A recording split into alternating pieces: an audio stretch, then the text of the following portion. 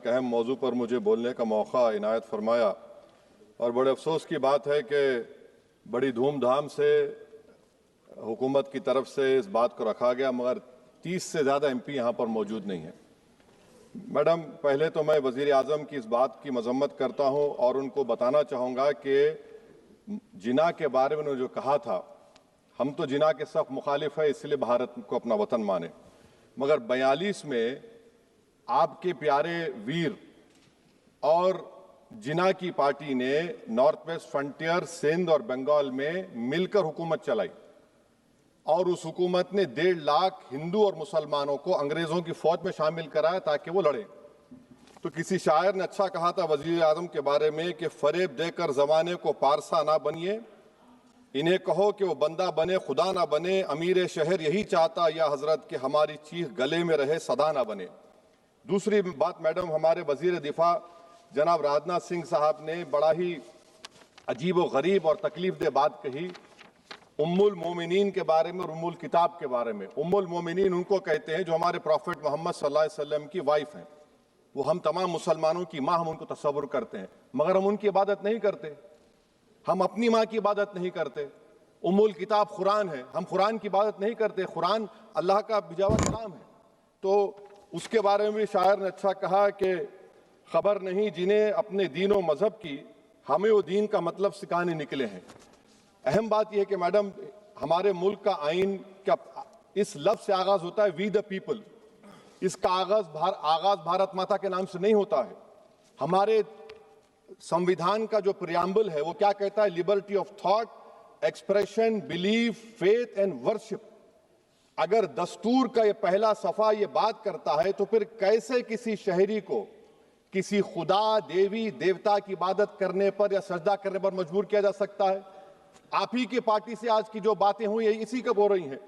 हमारे constituent assembly में madam एक मोहतरमा थी रोहिणी कुमार चौधरी ने एक तजवीज़ दी थी कि प्रियम्बल में किसी देवी के नाम से शुरू हो। उन्होंने खास तौर से वंदे मातरम का जिक्र किया, मगर उसको कबूल नहीं किया गया। फिर केवी कामत साहब ने एक तजवीज़ दी कि इट्स सिटीजन्स को बदलकर हर सिटीजन्स किया जाए और खुदा के नाम से शुरू किया जाए, वो तरमीम को मुस्तरद कर दिया गया। हमारे संविधान का उसूल यह है कि भारत क्या है, उसकी अवाम है, अवामी कानून की मुसन्निफ है, अवाम की मर्जी से सबसे बालातर है, अवामी हाकिम है। मुल्क किसी खुदा, देवी, देवता, मजहबी इलामत के नाम से नहीं चलता, ना मुल्क किसी एक मजहब की मिल्कियत है। इसीलिए बाबा साहब अम्बेडकर ने क्या कहा था? उन्होंने मदर इंडिया के नजरिए को मुस्तरद किया। बाबा साहब ने एक नई इस्तिलाह वजह कर दी और कहा कि भैक्षित भारत, ये बाबा साहब अम्बेडकर ने कहा। अब मैडम, अगर मजहबी आजादी इस आइन का बुनियादी उसूल है तो सवाल ये पैदा होता है कि उस वक्त हमारे जो कॉन्स्टिट्यूंट असेंबली के प्रेसिडेंट थे जनाब राजेंद्र प्रसाद साहब ने किस बुनियाद पर वंदे मातरम को कौमी तराना करार दिया? ना तो कोई सेक्यूरिटी रेजोल्यूशन है इसके बारे में। मैडम, मैं आपको बताना चाहूंगा कि जुडिशरी क्या कहती है। बीजू इमैनुअल केस है 1986 का, जिसमें जिहोवा विटनेस ने कहा कि मैं नेशनल एंथम के वक्त खड़े रहूंगी, पढ़ूंगी नहीं।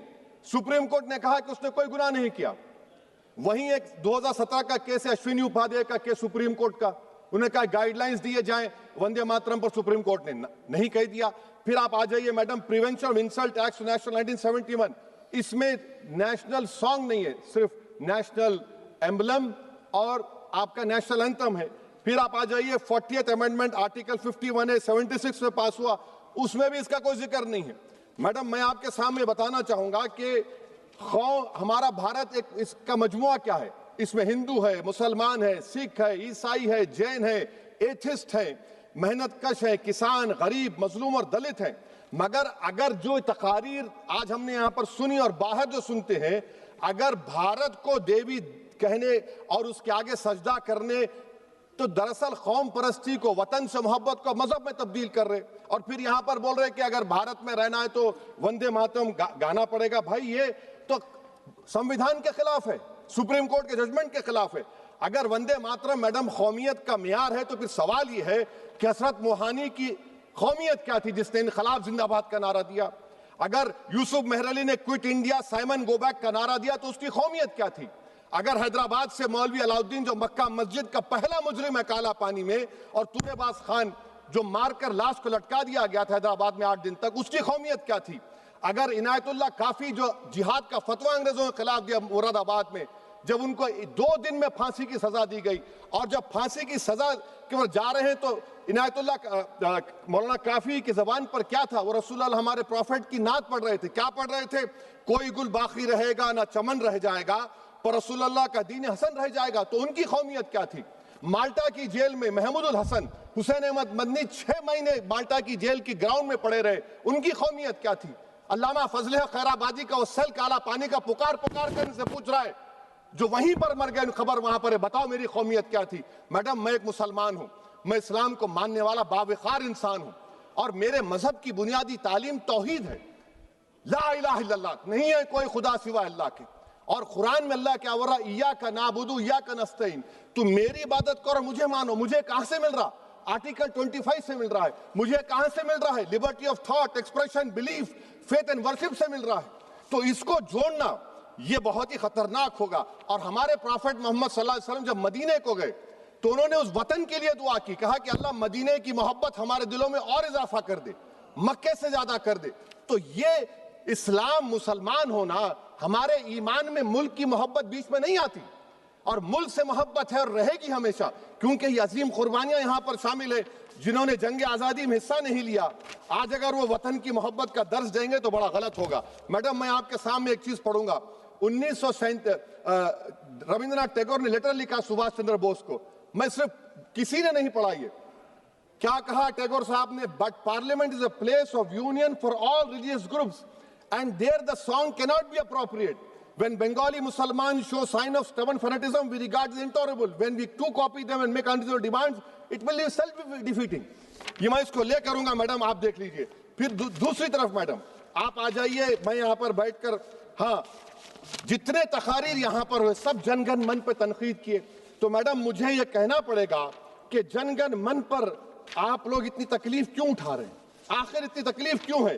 तो मैं जब जाकर देखा तो मुझे 28 दिसंबर का ऑर्गेनाइजर मैगजीन का आर्टिकल मिला, जिसमें ऑर्गेनाइजर लिखता है कि what is the moral sanction behind government choice of Jana Gana Mana, except that it can be made an item of entertainment at the sumptuous parties thrown by government officials.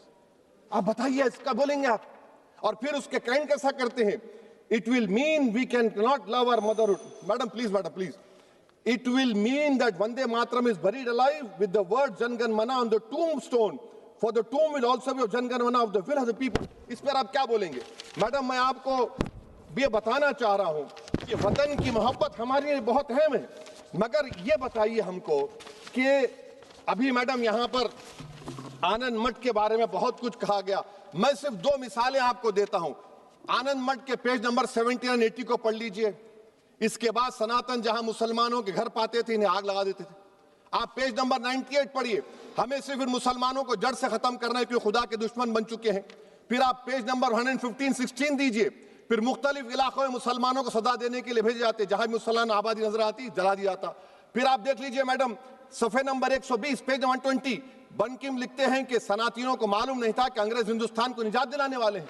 ये आप क्यों कर रहे हैं? अब आप मैडम, मैं आपको पेपर्स दे कर दूंगा। मैडम, भारत में हमारी आजादी इसलिए आई और बरकरार रही कि हमने मुल्क और मजहब को एक चीज नहीं बनाया। हमने ऐलान किया कि हमारी मुल्क मुख्तलिफ तबकात मज़ाहिब पर मुश्तमिल है, हमारे मुश्तरका तकदीर हमारी कौमियत का सरचश्मा है, यह खास जबान सकाफत मजहब नहीं है।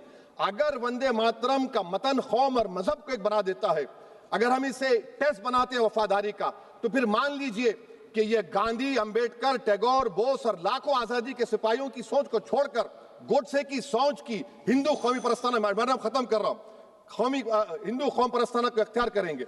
मुझे वतन से बेइंतहा मोहब्बत है मैडम, और इंशाल्लाह हमेशा रहेगी, मगर बावजूद इसके कि मेरी मस्जिद, मेरी इबादत गाह, मेरे कपड़े, मेरे कारोबार पर हमले होते, मगर मैं फिर भी कहता हूं कि वतन मेरा, हर वतन को हम छोड़कर नहीं जाएंगे।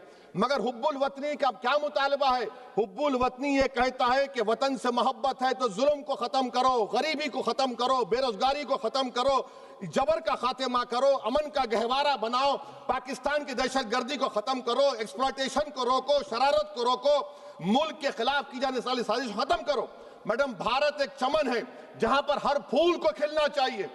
और अगर कोई इस फूल के अगर पूरे फूल खिलेंगे तो उसकी खुशबू से ये वतन मौतर होगा, मगर अगर इस चमन का माली ये कहेगा कि एक ही फूल खिलेगा, तो मैं जिम्मेदारी के साथ कह रहा हूं, अगर एक ही फूल खिलेगा तो वो सहरा बन जाएगा और माली माली नहीं रहेगा, वो जल्लाद कहलाएगा। तो इसीलिए मैडम हम उम्मीद करते हैं कि हुकूमत इस पर जोर जबर ना करे। मेरा राइट है, यकीनन मैं जानता हूं कि आजादी के लड़ाई में वंदे मातरम का नारा था, मगर अगर आप इसको जबर करेंगे तो ये संविधान के खिलाफ है। वफादारी का सर्टिफिकेट हमसे मत लीजिए मैडम, खत्म कर रहा हूं। वफादारी का सर्टिफिकेट हमसे मत लीजिए। आपके बुजुर्गों के कोई एक किताब में लिख के क्या लिखा है बता दीजिए, कहां पर क्या लिखा हुआ है।